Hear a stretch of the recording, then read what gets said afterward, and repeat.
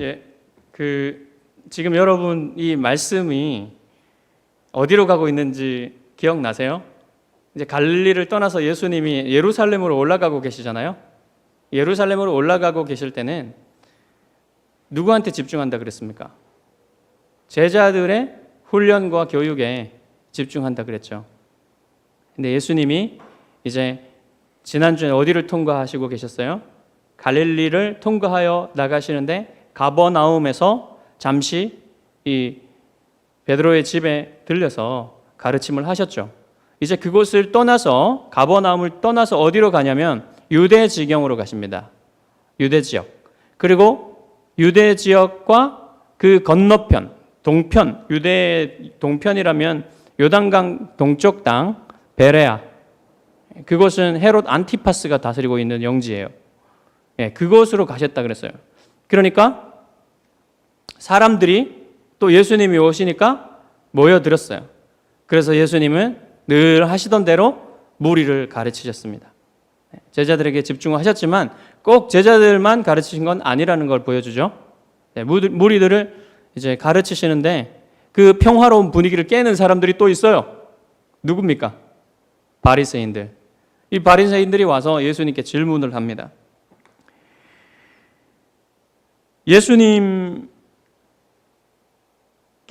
질문을 하는데 이 질문을 듣기 전에 질문을 이제 시작하면 쫙 나가야 되기 때문에 질문을 하기 전에 오늘 말씀이 어떤 것에 대해서 진행될지 조금 얘기를 하고 가겠습니다. 여러분, 짧은 인생에서 가장 중심되는 경험이 뭡니까? 결혼이죠, 결혼. 태어나고 죽는 건 사실 태어날 땐 자기가 알아요, 몰라요? 모르잖아요. 그냥 나고 나서 커보니까 알고. 죽는 거는 이제 자기가 죽을 것이라는 것은 알지만 죽고 나면 이제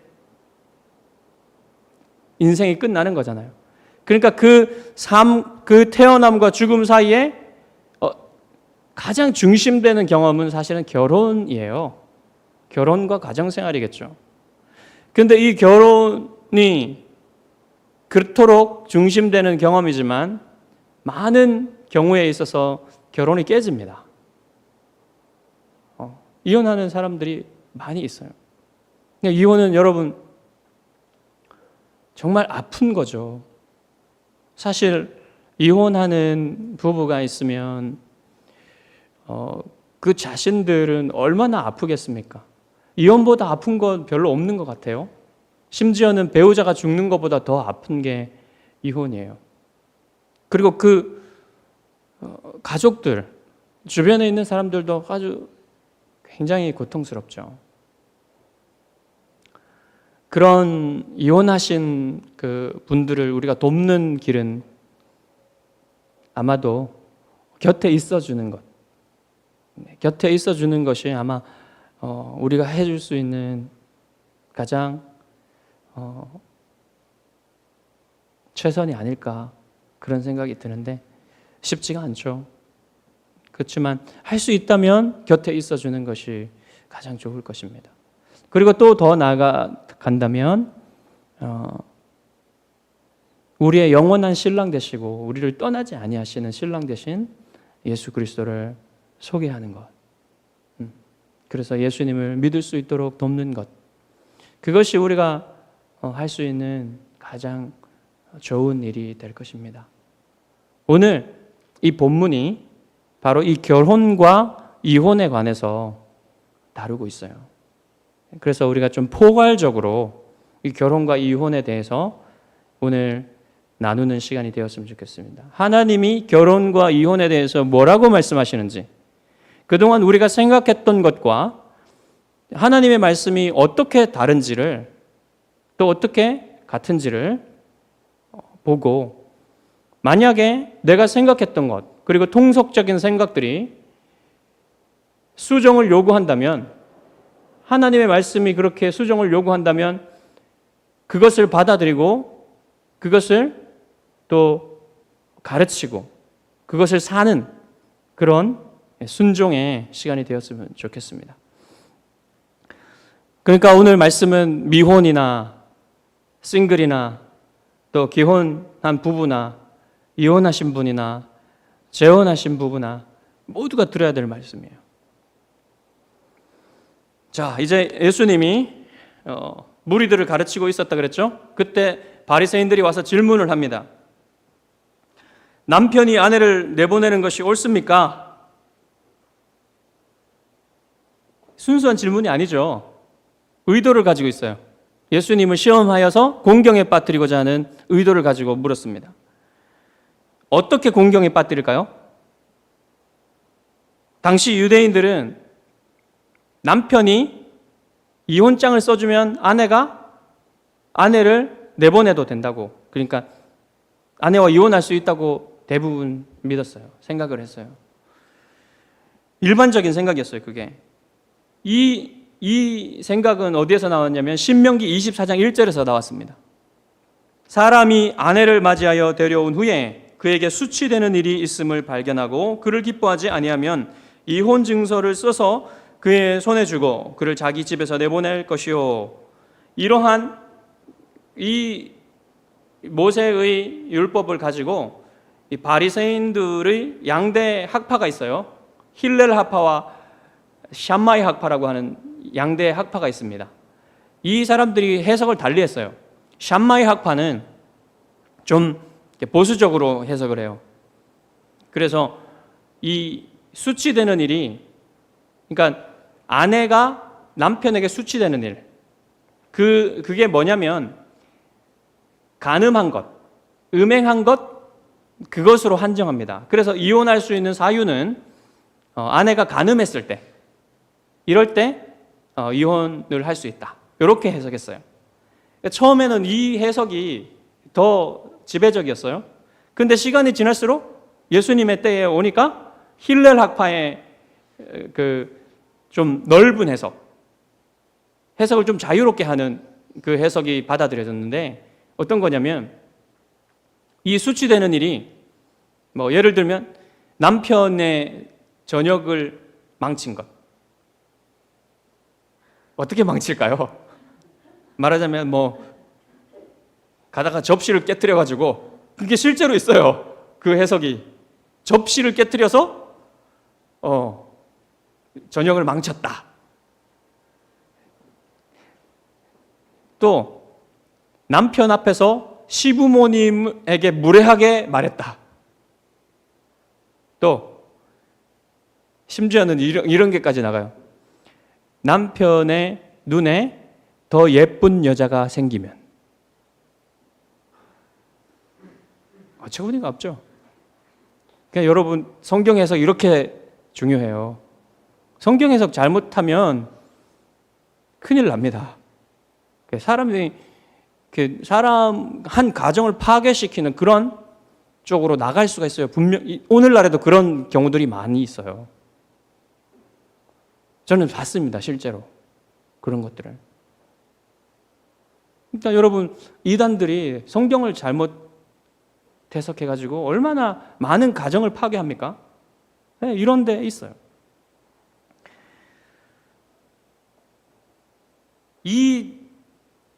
이 사람들이 이렇게 해석하는 건 뭡니까? 사실 율법을 가지고 자기 욕망이 원하는 것을 하기 위해서, 그러니까 마음대로 이혼할 수 있는 근거를 찾기 위해서 이 율법을 가져온 거잖아요.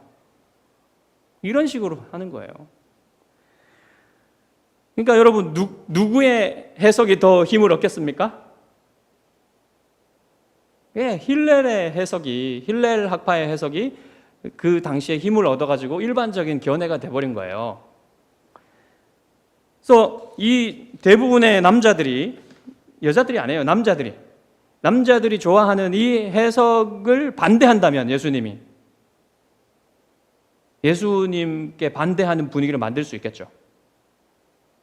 그런 생각들을 가지고 있는 겁니다. 또 잘하면 예수님이 모세의 율법을 반대한다는 그런 쪽으로 몰아갈 수도 있었어요. 그리고 또 뭐냐면 여러분 세례 요한이 왜 죽었습니까? 헤롯 안티파스한테 죽었죠.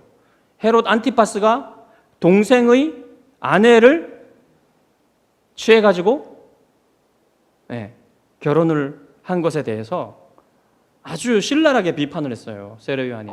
그래서 죽었죠. 결국은. 그러니까 지금 예수님이 아마도 베레아에 헤롯 안티파스의 영지에 있는 것 같아요. 계신 것 같아요. 그러니까 이러한 또 예수님의 이러한 해석과 이런 가르침이 또 사람들한테 전해지면 어쩌면 또 헤롯의 손을 통해서 예수님을 죽일 수도 있지 않을까, 이런 생각까지 하게 됐는지도 모릅니다. 예수님이 이 의도를 다 아시는 것처럼 대답을 하세요.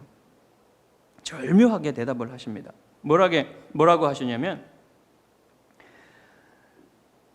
모세는 너희의 마음이 완고하기 때문에 너희에게 이 계명을 써준 것이다. 너희의 마음이 완악하기 때문에, 완고하기 때문에, 딱딱하기 때문에 너희에게 이 계명을 써준 거야. 심장과 폐부를 찌르는 촌철살인의 대답을 하신 거죠. 그러니까 뭐 이제 할 말이 없어요. 바리새인들이 묵묵부답이에요.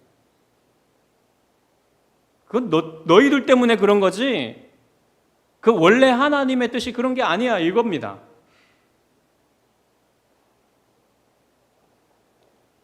자, 이 주님이 말씀하신 이 마음의 완악함 또는 완고함, 이것은 뭐냐면 hardness of heart예요. 마음의 딱딱함이에요. 그러니까 이것은 죄로 인해서 마음이 딱딱하게 굳어가지고 하나님의 말씀을 제대로 이해할 수도 없을 뿐더러 자기들 마음대로 해석해버리는 이러한 딱딱한 상태에 들어가서 자기들 이익이 되는 대로 쓴다, 이런 얘기입니다. 자, 여러분 보십시오. 이 분명히 이게 모세 율법이에요. 모세 율법인데 이 법이 그때 상황에서 잠시만 하나님이 허용하신 그런 법이라고 이해할 수 있어요, 여러분. 여러분, 원래 하나님이 일부 다처제를 의도하셨을까요? 아니죠. 그런데 일부 다처제를 허용하셨죠. 그렇죠? 야곱의 경우를 보세요. 일부 다처제를 허용하셨잖아요. 그리고 또 그 고대에는 노예제가 허용되어 있었잖아요. 그 하나님이 뜻하시는 게 아니에요, 궁극적으로. 그런데 한시적으로 허용되어 있었어요. 그것은 뭐냐면요, 그 사람들의 악한 문화에서 나온 겁니다. 그러니까 그것을 하나님이 의도하시고 명령하신 게 아니라 허용하신 거예요, 잠시 동안. 그렇듯이 이 너희들의 마음의 완악함 때문에, 너희들이 악하기 때문에 모세가 이것을 너희에게 써준 거지, 하나님이 그것을 의도하신 게 아니야. 이렇게 지금 예수님이 말씀하고 계신 거죠. 그리고 여러분, 이 이혼장을 써주는 거 있잖아요. 여러분, 당시에 남자들이 하고자 한다면 이혼할 수 없었겠어요? 이혼할 수 있었어요.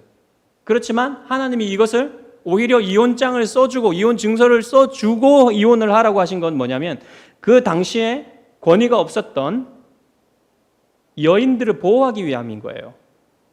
오히려 이 법적인 절차, 공식적인 이혼장을 써주는 이 공식적인 절차를 통해서 이혼을 할 수 있도록 하면은 이 법적인 처리도 되고, 이 여인들이 그것을 법적으로 이 이혼장을 가지면 재혼도 할 수 있고, 이런 법적 장치를 마련해 주기 위해서 했기 때문에 오히려 이것은 하나님의 사랑의 배려인 거예요. 사랑의 법이에요, 이것은. 여자들을 위한. 그 당시의 문화에서. 자, 이렇게 되니까 이제 바리새인들이 이제 할 말이 없어요. 그래서 이제 예수님이 이 말씀을 하시고 나서 더 근본적인 하나님의 뜻이 무엇인가를 가르쳐 주세요. 더 근본적인 하나님의 뜻. 창세기의 말씀을 가지고 이제 알려주시는데 6절부터 9절이 바로 창세기의 말씀을 인용한 것입니다. 6절부터 9절을 같이 읽어보겠습니다. 창조 때로부터 사람을 남자와 여자로 지으셨으니 이러므로 사람이 그 부모를 떠나서 그 둘이 한 몸이 될지니라. 이러한즉 이제 둘이 아니요 한 몸이니 그러므로 하나님이 짝지어 주신 것을 사람이 나누지 못할지니라 하시더라. 창세기 1장 27절과 2장 24절을 같이 묶어서 인용하신 겁니다. 5절 마지막에 보시면 5절이 여러분 보이십니까? 5절? 5절 마지막에 보시면 기록하였거니와 이렇게 돼 있죠. 그리고 나서 6절에는 창조 때로부터 이렇게 돼 있죠. 이게 고어체라서 잘 이렇게 역접이 잘 안 보입니다. 그러나가 있어요, 여기. 하였거니와 이게 그러나예요. 그죠? 하였다. 그러나 창세로부터 이런 말이에요. 그러니까 예수님이 지금 무슨 말씀을 하시는 겁니까? 너희들이 지금 모세의 율법을 가지고 왔지만 그러나 하나님의 더 근본적인 뜻은 이거야! 라고 이렇게 가르쳐 주시려고 하는 겁니다, 지금. 자, 주님이 이제 무슨 말씀을 하시려고 하시는지 한번 들어보세요. 이런 뜻입니다. 주님이 지금 우리가 읽은 게 먼저 결혼은 한 남자와 한 여자가 이런 죄송합니다. 결혼은 한 남자와 한 여자가 한 몸을 이루는 것이다 그랬죠. 네, 한 몸을 이루는 것이라 그랬어요. 심오한 진리예요, 이게.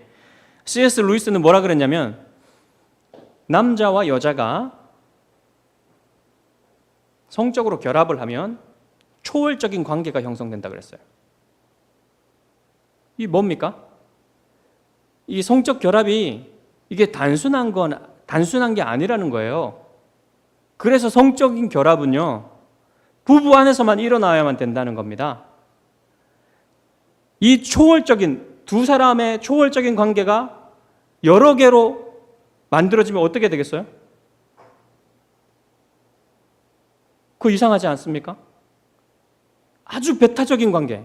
이 두 사람 밖에는 이룰 수 없는 관계를 여러 사람하고 나눈다면 그게 어떻게 초월적인 관계가 되겠어요? 깨지는 거죠. 그래서 이 부부가 하나 되는 것, 남자와 여자가 부모를 떠나서 한 몸이 되는 것은 오직 부부 안에서만 이루어져야 돼요.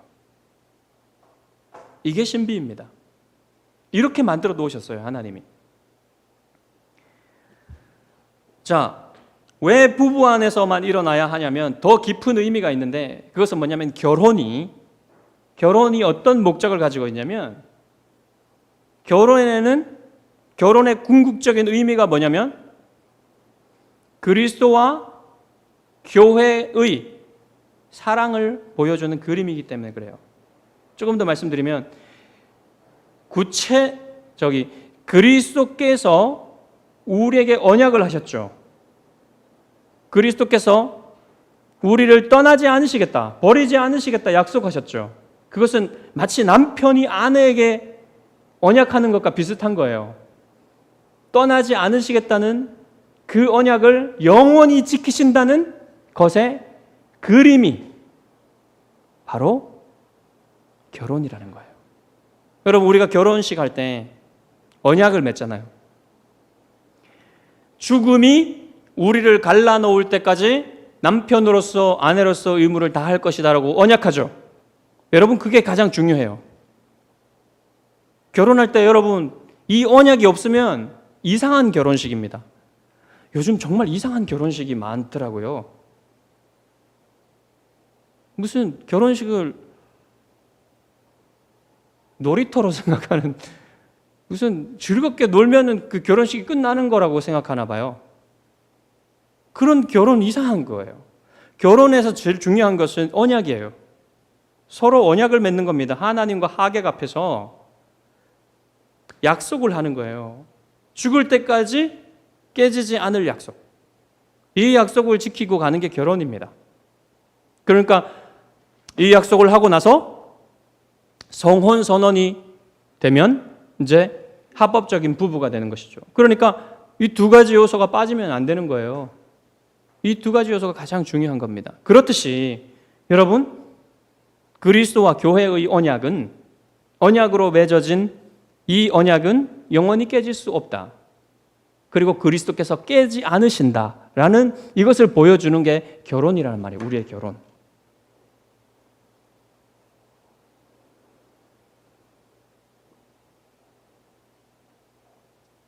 그래서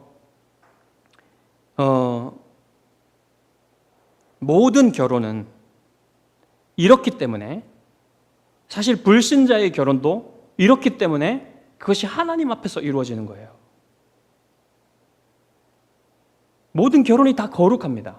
그런 의미에서. 둘 사이에 누구도 끼어들 수 없는 거예요. 이러한 초월적 관계가 형성되기 때문에.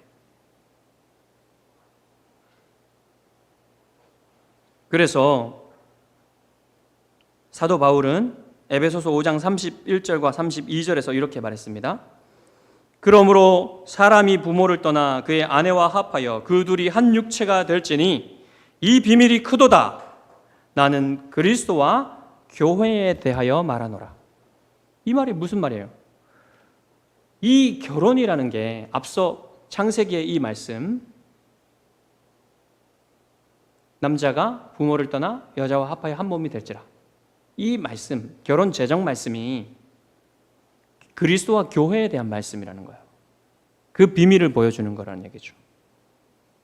남편이신 그리스도께서 아내를 영원히 떠나지 않는 그것을 보여주는 거라는 얘기예요.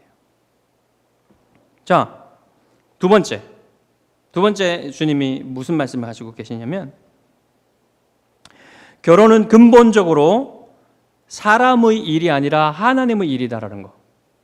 여러분, 결혼은 누가 합니까? 누가 선택해서 해요? 사람이, 남자와 여자가 이제 결혼하고 싶으면 선택해서 결혼을 하죠. 때로는 뭐 중매로 결혼을 하기도 하고. 그러면 그게 사람이 하는 겁니까? 하나님이 하는 겁니까? 사람이 하는 거죠. 그런데 하나님의 말씀 뭐라고 합니까? 짝지어 주시는 분이 누구시라고요? 하나님이 짝지어 주시는 거라고요. 하나님이 짝지어서 맺어 주시는 일이라는 거예요. 이 결혼이. 놀라운 말씀이죠.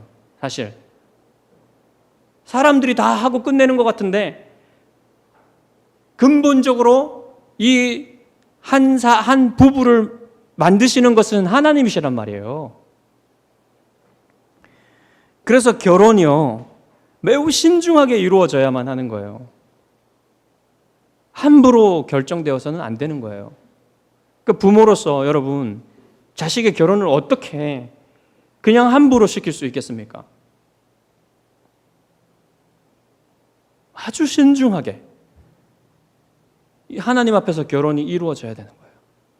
그리고 그렇게 한번 맺어진 결혼은, 언약된 결혼은 정말 소중하게 지켜져야겠죠. 네, 그것이 하나님이 맺어주신 것이기 때문에. 사람이 함부로 하는 게 아니라는 겁니다. 그리고 세 번째로는, 마지막으로, 이 결혼을 사람이 나누지 못한다는 거예요. 자, 사람이 알아서 짝지었다면 사람이 나눌 수 있겠죠. 근데 하나님이 짝지어 주셨기 때문에 사람이 나눌 권리가 없다는 겁니다. 이런 얘기예요. 그러니까 바리새인들의 질문에 대한 예수님의 대답은 짧게 요약하면 뭡니까? 이혼할 수 없다, 이거예요. 이혼할 수 없다, 너희.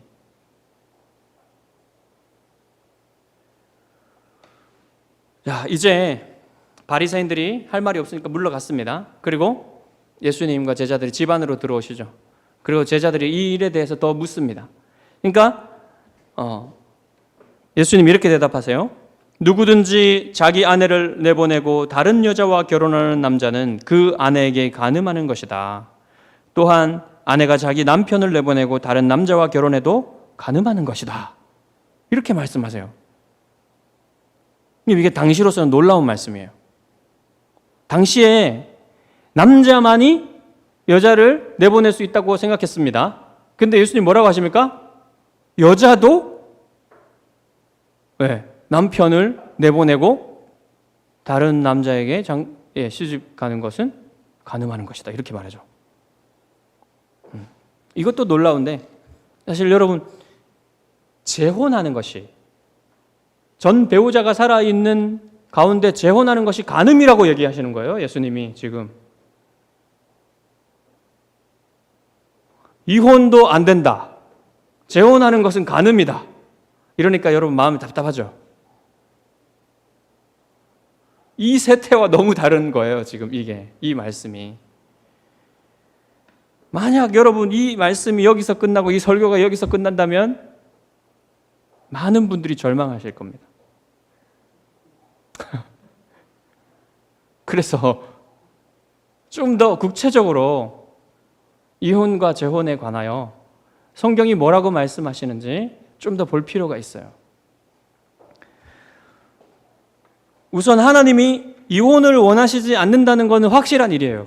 오늘 말씀에 따르면, 성경 말씀에 따르면 하나님이 이혼을 원하지 않으십니다. 왜 그렇습니까?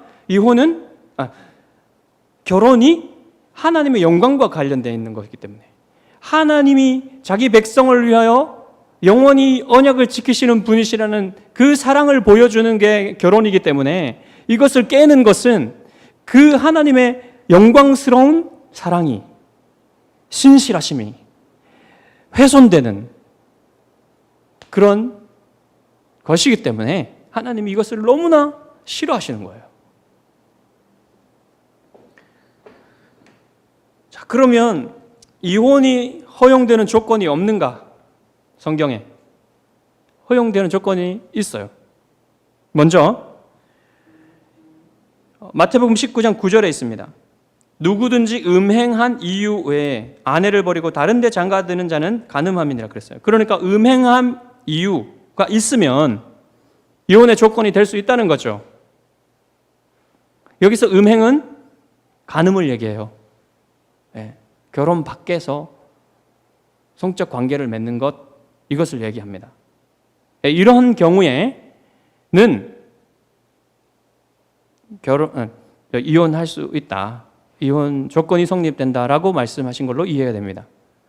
조금 더 보면 그 당시에 유대인들은 구약의 율법을 지키고 살았어요. 여전히. 그러면 여러분 간음한 거는 모세의 율법에 어떻게 하라고 했습니까? 돌로 쳐 죽이라 그랬어요. 사형에 해당하는 죄입니다. 그러니까 여러분 그 당시에 로마의 통치하에 있었기 때문에 유대인들이 마음대로 이 사형을 집행할 수가 없었어요. 어려워요, 그게.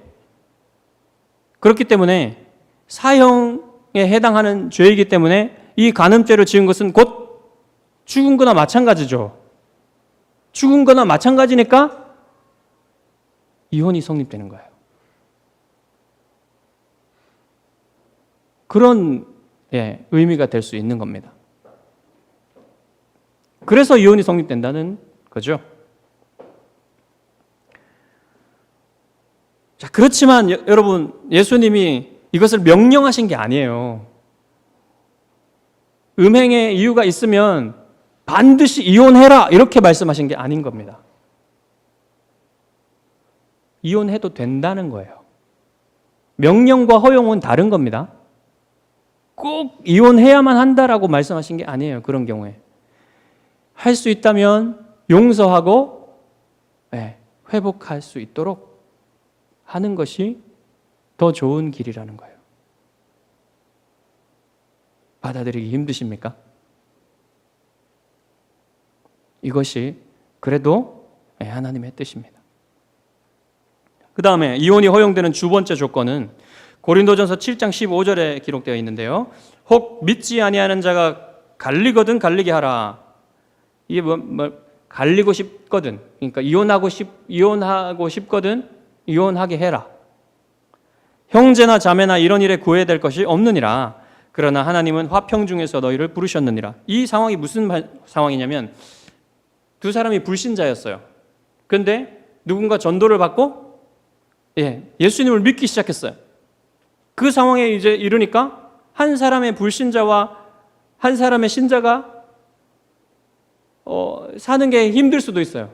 그래서 불신자인 배우자가 이제 안 되겠다. 이렇게 계속해서 이혼을 요구하면 이혼해 주라는 거예요. 화평을 목적으로. 그런데 여기서도 여러분, 이 이혼이 재혼을 목적으로 하는 게 아니라는 거예요. 이혼해서 또 다른 사람하고 재혼하기 위해서 하는 게 아니라는 거죠. 그 위에 보면 11절에 보면 만일 갈라섰으면 그대로 지내든지 다시 그 남편과 화합하든지 하라. 재혼하지 말고 남편이 죽을 때까지 그냥 지내라는 겁니다. 여러분, 이것도 요즘 문화에서는 받아들이기 힘든 거죠. 이 이혼의 목적은요, 재혼이 아니에요. 그리스도를 섬기고 화평 가운데 살기 위해서 이렇게 하라는 겁니다. 사실 그 당시에는 여러분, 이 결혼이 큰 문제가 될 수 있겠죠. 죽을 수도 있고, 이 결혼으로 인해서 직장을 잃을 수도 있고, 직업을 잃을 수도 있고, 여러 가지 불이익을 당할 수 있는 그런 상황에서 남편이 요구할 수 있겠죠. 그럴 때는 해주라는 겁니다. 로마서 7장 1절에서 3절에 보면 이 결혼이라는 것은 남편이 살아있을 때 아내가 남편에게 구속되지, 남편이 죽으면 더 이상 그 구속은 무효가 된다는 거예요. 유효하지 않다는 겁니다. 그러니까 배우자가 살아있을 때까지만 그 구속력이 있다는 거예요. 그러니까 배우자가 죽으면 이제 그 구속에서 풀려난다는 거죠. 왜 그러냐면 영원한 천국에는 예수님 뭐라고 말씀하셨습니까? 장가도 없고 시집도 없다 그랬어요. 천사들과 같이 될 거라 그랬어요. 그러니까 여러분, 재혼을 했다고 해서 천국에서 이 사람이 누구의 아내냐, 누구의 남편이나 이런 거 따질 필요가 없다는 거예요. 그렇죠? 그러니까 남편이 죽으면, 아내가 죽으면 그 구속에서 풀려진다는 겁니다.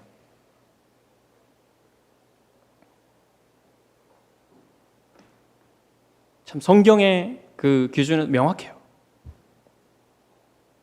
배우자가 죽기 전까지 재혼하지 마라, 이겁니다.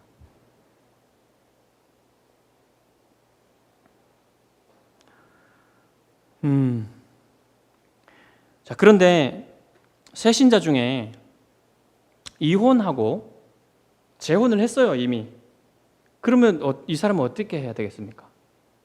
하나님 말씀에 의하면 아직 전 남편이 죽지 않은 상황에서 재혼을 하면 이것은 간음이라고 얘기하는 겁니다, 지금.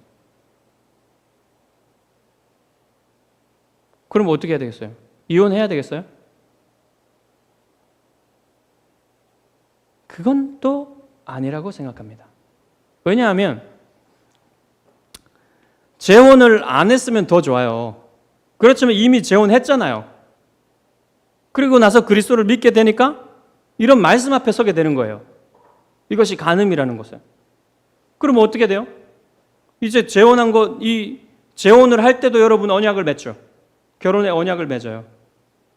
남편과 아내로서 죽을 때까지 의무를 다하겠다고. 이 언약은 유효한 겁니까? 아닙니까? 이 언약도 유효한 거예요. 예전에 여러분 기브온 사람들이 여호수아를 속이면서 언약을 맺었죠. 그렇지만 하나님은 그 언약에 대해서 중요하게 생각하세요. 이 결혼이 이루어지지 않았으면 더 좋았겠지만 이미 이루어져서 그것은 현실이 되어버렸어요. 그러니까 그것을 깨는 것은 또한 다른 범죄가 되는 것입니다. 그러면 이런 경우에 여러분 무엇이 필요합니까? 여기에 하나님의 용서와 복음이 필요한 거예요. 새롭게 되어야 돼요, 이 결혼은. 이 관계는 새롭게 되어야 됩니다, 그리스도 안에서. 복음 안에서 새롭게 되면 되는 거예요. 중요한 것은 무엇이냐면 죄를 지었냐 지었지 않았냐, 이것이 죄가 되냐 죄가 되지 않느냐, 그보다 더 중요한 건 뭐냐면 죄를 어떻게 처리할 것인가가 더 중요해요. 여러분, 어떤 면에서 우리는 다 간음한 사람입니다. 다 영적으로 간음한 사람들이에요. 주님 앞에서 간음하지 않은 사람이 없어요. 그렇다면 이 죄나 저 죄나 우리들의 죄나 그런 분들의 죄나 크게 뭐가 다르겠습니까? 중요한 것은 뭐냐면 그리스도 안에서 새롭게 되는 거예요. 이런 사람들도, 이런 분들도 그리스도 안에서 새롭게 될 수 있다는 말입니다. 새롭게 예수 그리스도를 믿고 그리스도의 용서를 받고 하나님을 섬기며 하나님의 영광을 위해서 살아간다면 그것은 새로운 출발이 될 수 있는 겁니다.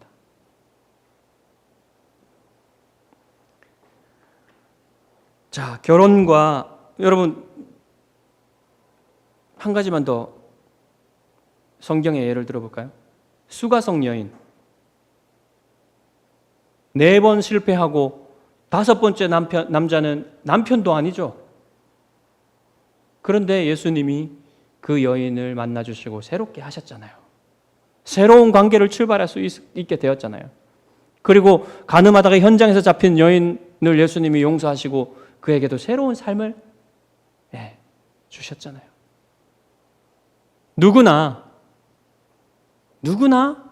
회개하고 그리스도를 섬기면 새로워질 수 있습니다.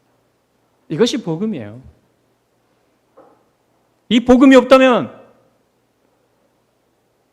얼마나 여러분 많은 사람들이 절망할 수밖에 없겠습니까? 자, 결혼과 이혼에 관한 이 성경적인 관점을 정리해 드리는 것은 여러분 자신의 결혼을 소중히 여기고 여러분 자신의 결혼의 언약을 끝까지 지키라는 말씀입니다.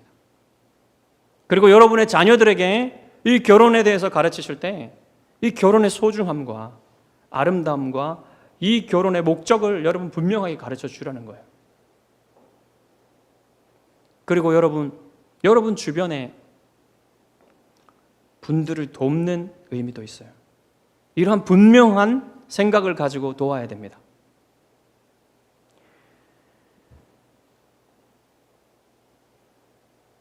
여러분, 결혼에 있어서 가장 중요한 것이 뭡니까?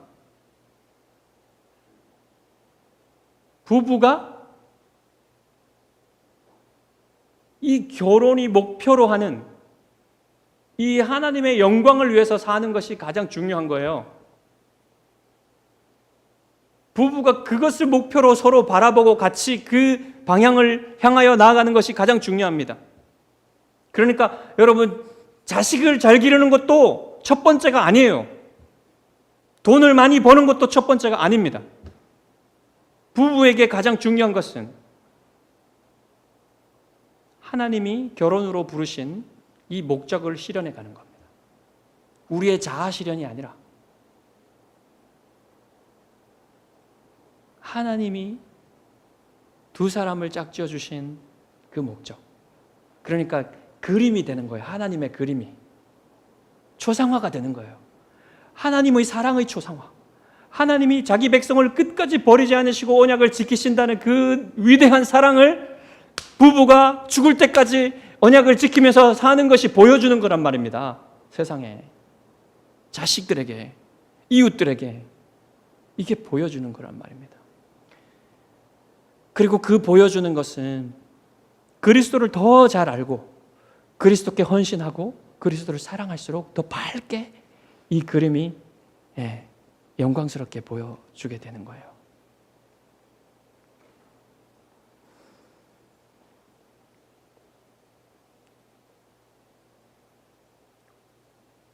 결혼의 언약이 이토록 가볍게 여겨지는 시대에